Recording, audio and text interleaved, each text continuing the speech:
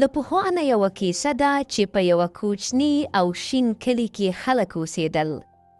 په هړه کلي کې د خټو کورونه وو او خلک یې ډېر مهربان وو. په همدې کلي کې دوه ګاونډیان اوسېدل چې کورونه یې یو بل ته نږدې وو. یو یې کوڼ وو او بل یې ناروغ وو. دا د همدې دوو ګاونډیانو کیسه ده. یو کوڼ سړی وو چې غوښتل د خپل ناروغ ګاونډۍ پوښتنې ته ولاړ شي. هغه له ځانه سره وویل: زه خو کوڼ یم، نو څنګه به د ناروغ خبرې واورم او ورسره خبرې وکړم؟ هغه ناروغ دی او غږ یې هم کمزوري دی. کله چې ووینم شونډې خوځېږي، نو پوی به شم چې زما په شان احوال پوښتنه کوي. نو کوڼ سړی په خپل ذهن کې داسې خبرې تیارې کړې. زه به ووایم: حالات څنګه دي؟ هغه به ووایي: ښه یم، د خدای شکر، لږ ښه شوی یم. زه به ووایم: د خدای شکر. بیا به ووایم: څه دې خوړلی دي؟ هغه به ووایي: ابګوشت، سوپ او دوا. زه به ووایم: نوشجان دی. بیا به ووایم: ستاسې ډاکټر څوک دی؟ هغه به ووایي: فلانی حکیم.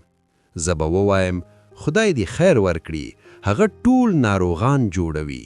موږ یې پیژنم، ډېر تکړه طبیب دی. کله چې کوڼ سړی دا پوښتنې او ځوابونه په ذهن کې تیارې کړل، د خپل ناروغ ګاونډۍ پوښتنې ته ولاړ. هغه د ناروغ د بستر ترڅنګ کېناست او پوښتنه یې وکړه: حالات څنګه دي؟ ناروغ وویل: له درد نه مړی کېږم. کوڼ سړی وویل: د خدای شکر. ناروغ ډېر بدحال شو او وویل: دا سړی زما دشمن دی. کوڼ بیا وویل: څه خوري؟ ناروغ وویل: وژونکی زهر. کوڼ وویل: نوشجان دی. ناروغ ډېر غوسه شو. بیا کوڼ سړی پوښتنه وکړه: ستا ډاکټر څوک دی؟ ناروغ وویل: عزرائیل. کوڼ وویل: په خیر دې وي. د ناروغ حالت لا خراب شو. کوڼ سړی د ګاونډۍ له کوره ووت او ډېر خوشحال و چې ګواکې ښه عیادت یې کړی دی.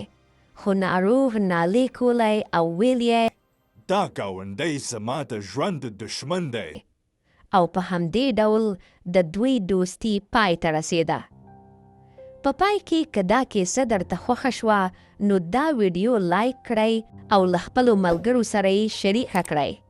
که تاسو داسې کیسې خوښوئ، همدا اوس سبسکرایب کړئ څو نورې کیسې له لاسه ور نه کړئ.